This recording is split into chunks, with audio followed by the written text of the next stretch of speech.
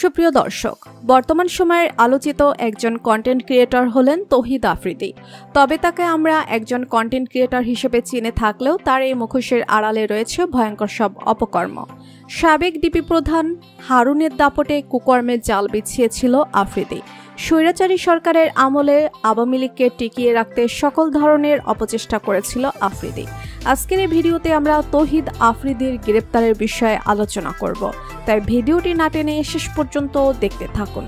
একটা সময় ছিল যখন কিনা আওয়ামী লীগ সরকারের বিরুদ্ধে অথবা বিএনপি কিংবা জামায়াতের পক্ষ নিয়ে পোস্ট করলে ফেসবুক পেজ গায়েব হয়ে যেত। এই সব কিছুর পেছনে ছিলেন জনপ্রিয় কন্টেন্ট ক্রিয়েটর তৌহিদ আফ্রিদি।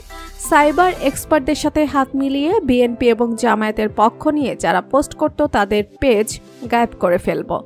এক কথায় বলতে গেলে তৌহিদ আফ্রিদি আওয়ামী লীগ সরকারের একজন দোসর হিসেবে কাজ করতেন। তৌহিদ আফ্রিদির যে শুধুমাত্র আন্দোলনকারী ছাত্রদের বিরুদ্ধে ছিলেন তা নয়, সাবেক ডিবি প্রধান হারুনের সঙ্গে তার ভালো সম্পর্কের দোহাই দিয়ে সাধারণ মানুষ ও অন্যান্য কন্টেন্ট ক্রিয়েটরদেরকেও হুমকি দিতেন। জনপ্রিয় content creator editing master Swapan Ahmed Touhid আফ্রিদির অত্যাচারের শিকার হয়ে ফেসবুক লাইভে এসে কান্নাকাটি করেছিলেন। ইউটিউব এবং ফেসবুক জগতেও আফ্রিদির প্রভাব ছিল। 2024 সালে কোটা সংস্কার আন্দোলনের সময় শিক্ষার্থীদের যৌক্তিক দাবি ও আন্দোলনের বিরুদ্ধে দাঁড়িয়ে সরকারের পক্ষে কাজ করার জন্য তৌহিদ আফ্রিদি নব্য রাজাকার হিসেবে আখ্যায়িত হন। তৎকালীন আওয়ামী লীগ সরকারের ছোট ছায়ায় তিনি এইসব অভিযোগের রোশানল থেকে সহজে বেঁচে যেতেন। তৌহিদ আফ্রিদির বিরুদ্ধে অভিযোগ ছিল 2024 সালে কোটা সংস্কার আন্দোলন চলাকালীন সময়ে সোশ্যাল মিডিয়ায় কন্টেন্ট ক্রিয়েটরদের সরকারের পক্ষে ভিডিও তৈরি করার জন্য চাপ প্রয়োগ করতেন।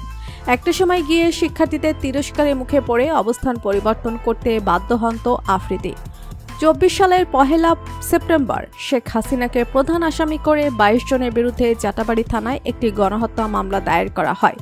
যে মামলাতে তৌহিদ আফ্রিদি ছিলেন 11 নম্বর আসামি। গত 17 আগস্ট একই মামলায় তৌহিদ আফ্রিদির বাবা ও মাই টিভির চেয়ারম্যান নাসির উদ্দিন সাথী গ্রেপ্তার হন। এরপর গ্রেপ্তার হয়েছেন জনপ্রিয় কন্টেন্ট ক্রিয়েটর তৌহিদ আফ্রিদি। ফেব্রুয়ারিতে তৌহিদ আফ্রিদি তার একটি ফেসবুক পোস্টে দাবি করেছিলেন তিনি দ্য প্রেসিডেন্ট ভলেন্টিয়ার সার্ভিস অ্যাওয়ার্ডে ভূষিত হয়েছেন।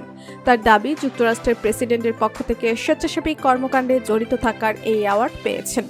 তো বন্ধুরা, জনপ্রিয় কন্টেন্ট ক্রিয়েটর তৌহিদ আফ্রিদির গ্রেপ্তারের বিষয়ে আপনার মতামতকে জানিয়ে দিন কমেন্ট করে। আর ভিডিওটি ভালো লেগে থাকলে একটি লাইক দিয়ে চ্যানেলটি সাবস্ক্রাইব করুন।